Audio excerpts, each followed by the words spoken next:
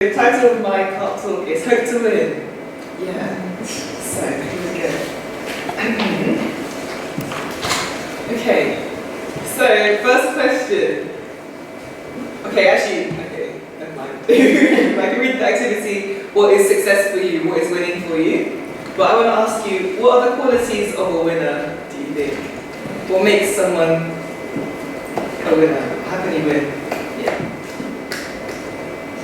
Rhetorical question, yeah. I'm not rhetorical, you can answer. Hashtag goals. Pardon? Hashtag goals. Hashtag goals. Hard working. Hard work? Yeah. Achievement. Achievement? Okay. Vision. Vision? Purpose. Somebody's got a clear plan. Clear plan? Confidence? Oh, right. That's pretty good. I like this. So, yeah. Okay.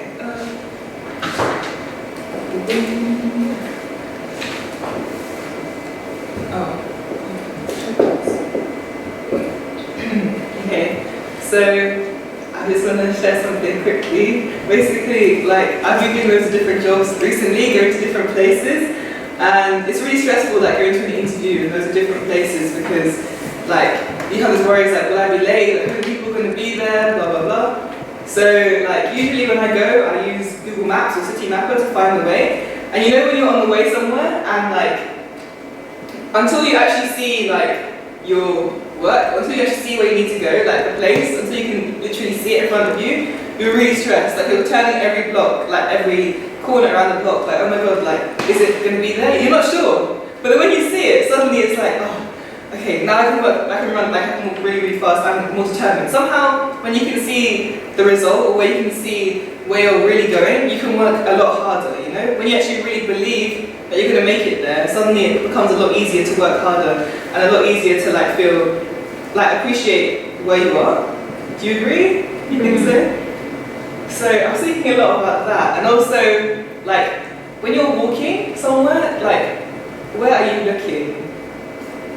You're looking in front of you, right? You're looking forward. Like, if I'm looking backwards, like, I don't know where I'm going, I'm kind of distracted. If I'm looking on the floor to where I am right now, like, I can't see what's around me or coming up. But if I'm looking forward, then I can see what's about to approach me. I can see the lamppost that I can bang my head into. I can see the people around me. I can see, like, also the end result. Do you know what I'm saying? So, I think it's really important to see and believe that you can reach the end goal to actually get there. Okay.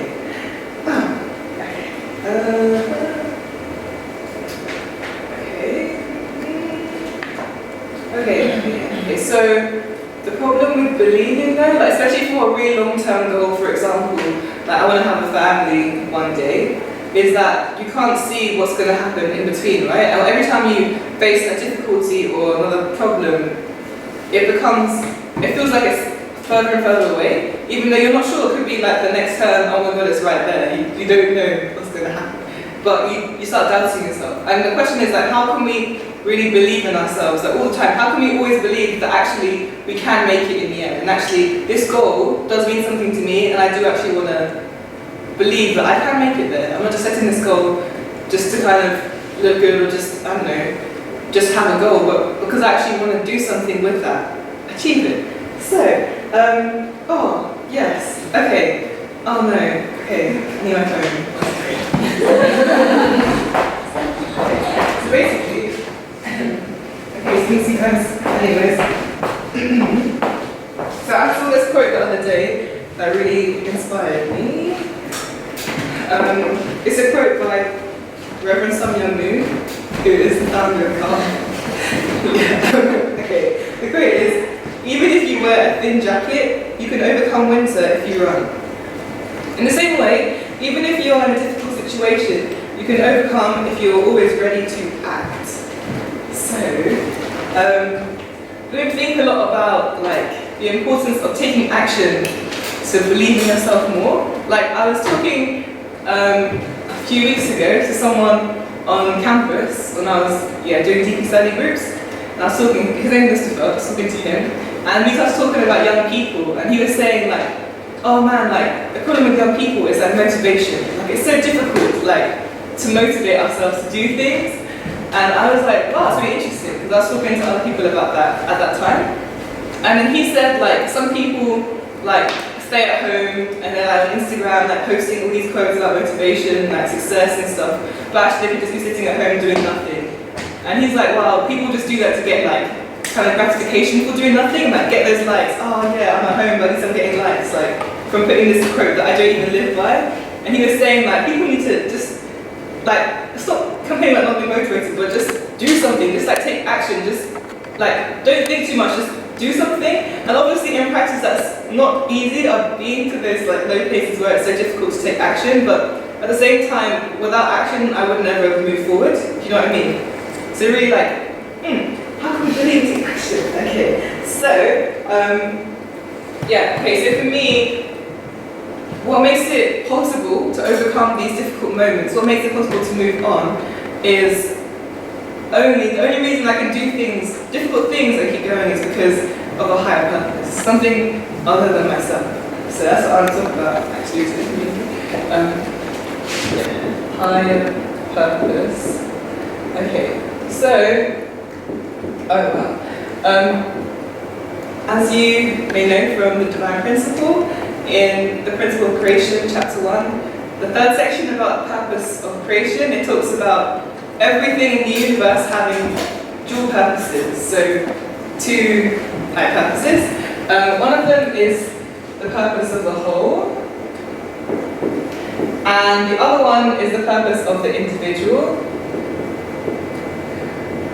And these two are in a relationship of like internal nature and external form. Okay, and the point of them is that they should be working together, they should be in harmony. So in the ideal world, which we're not in, but in the ideal, the whole purpose should guarantee the interests of the individual.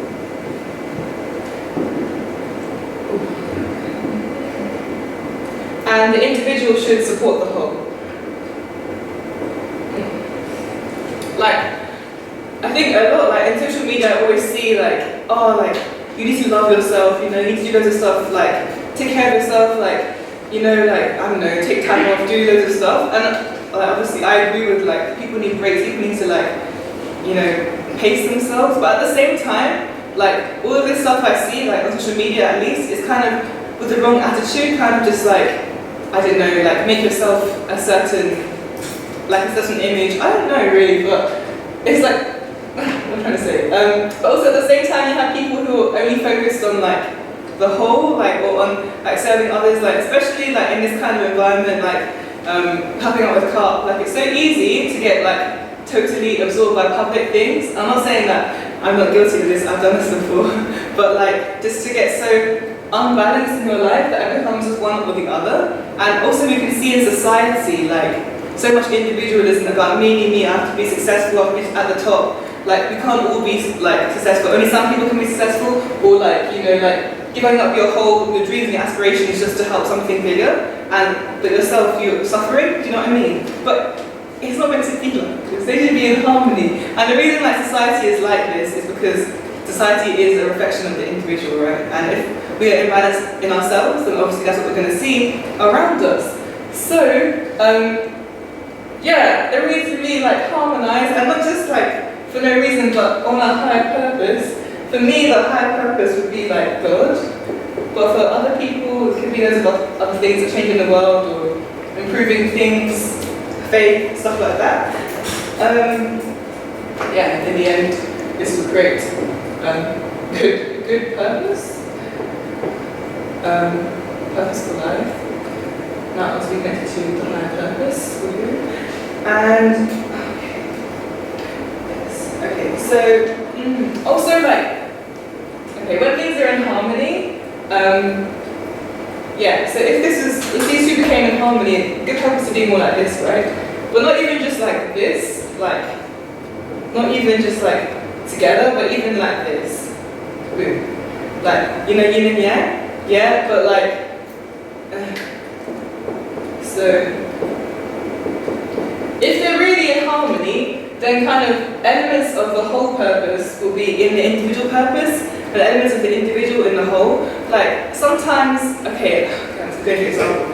For example, like in my life, what is my dream? What do I really want to achieve as an individual? And that is to become a really successful songwriter because, like, not just because I like music or because I like to perform something like that. Because, anyways, I'm not even that good. Like, and I know that I have a long way to go.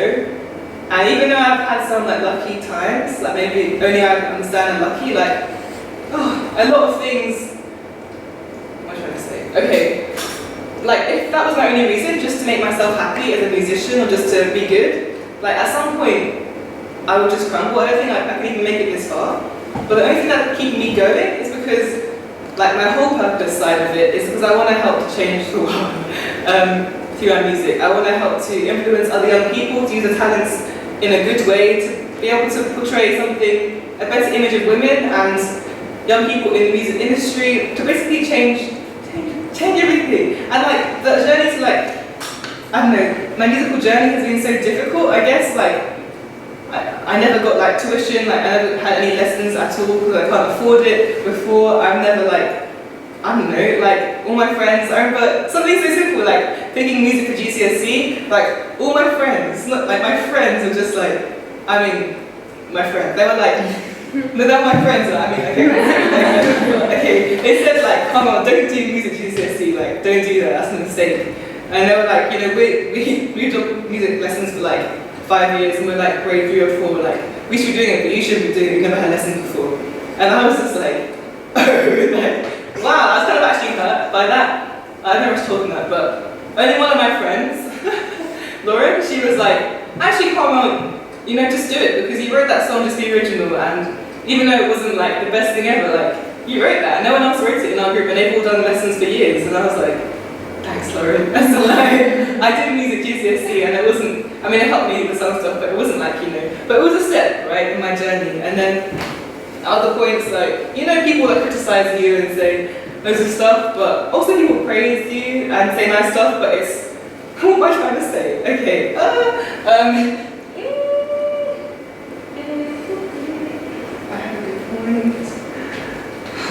Oh, yes, okay. So yeah, obviously keep doing music, and then it came to last year. I went traveling for 1 year on a program called STF Character Development Program. And when I went, I was really convinced that I was going and I was going to do no music the whole year. I was like, there's no way. Like we're doing loads of other stuff. Like I'm not going to have any time for music.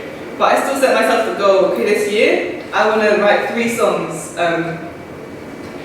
want to write 3 songs this year.